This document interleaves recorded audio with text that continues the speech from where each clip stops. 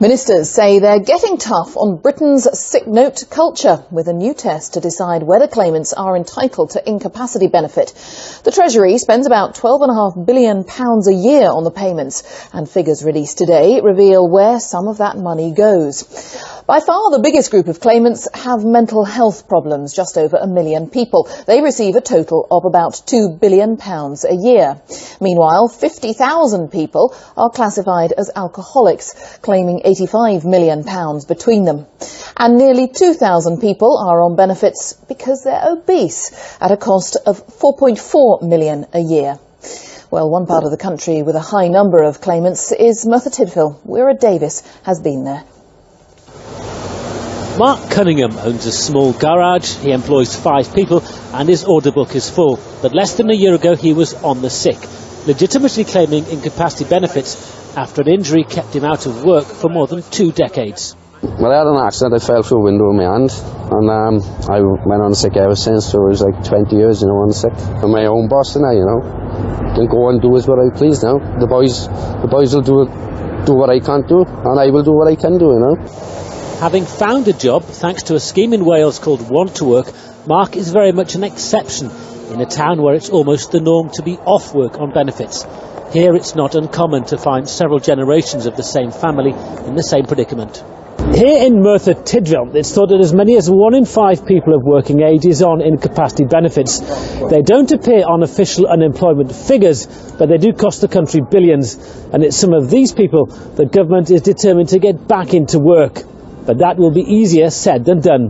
There isn't a great deal of work in Merthyr. There used to be years ago. It used to be a very viable place, but not now. They did try, yes, but they couldn't find no work in here, I'm afraid.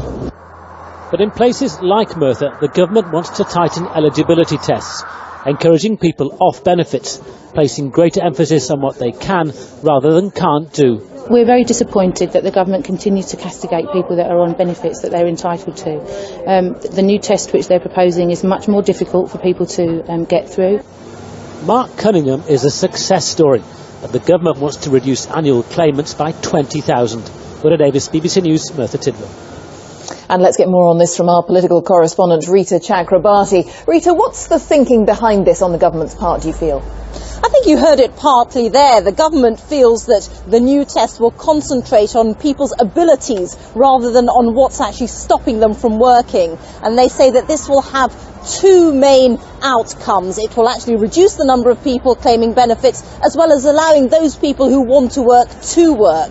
Incapacity benefit is actually being scrapped next year and will be replaced with a new allowance, and this test will be part of that. And ministers think that it will mean about 20,000 people are taken off benefits. Now, the Work and Pensions Secretary, Peter Hain, says that this isn't actually an attack on the work shy, although he does acknowledge that there are people who abuse the system. There are lots of people on incapacity benefit who really should not have gone onto it. But this is not about punishment, this is about an opportunity. There are 660,000 job vacancies in Britain today. The jobs are there. They didn't used to be in the 80s and 90s. They are there now. We want to work with people to get them off the benefit total into those jobs so that they can become, their lives can be transformed and their health to improve as well. So Peter Hain there, would it be fair to say that the government's really determined to push this through, Reeta? The government is determined, but it is a difficult problem and a huge one. There are 2.6 million people claiming incapacity benefit at the moment, and the government has a target of reducing that number by 1 million over the next 10 years. There are some who say they should take much more radical action and allow local offices to try and weed out the work shy, but charities and mental health groups are very worried about pressure on people who are really ill. All right, Reeta, thanks.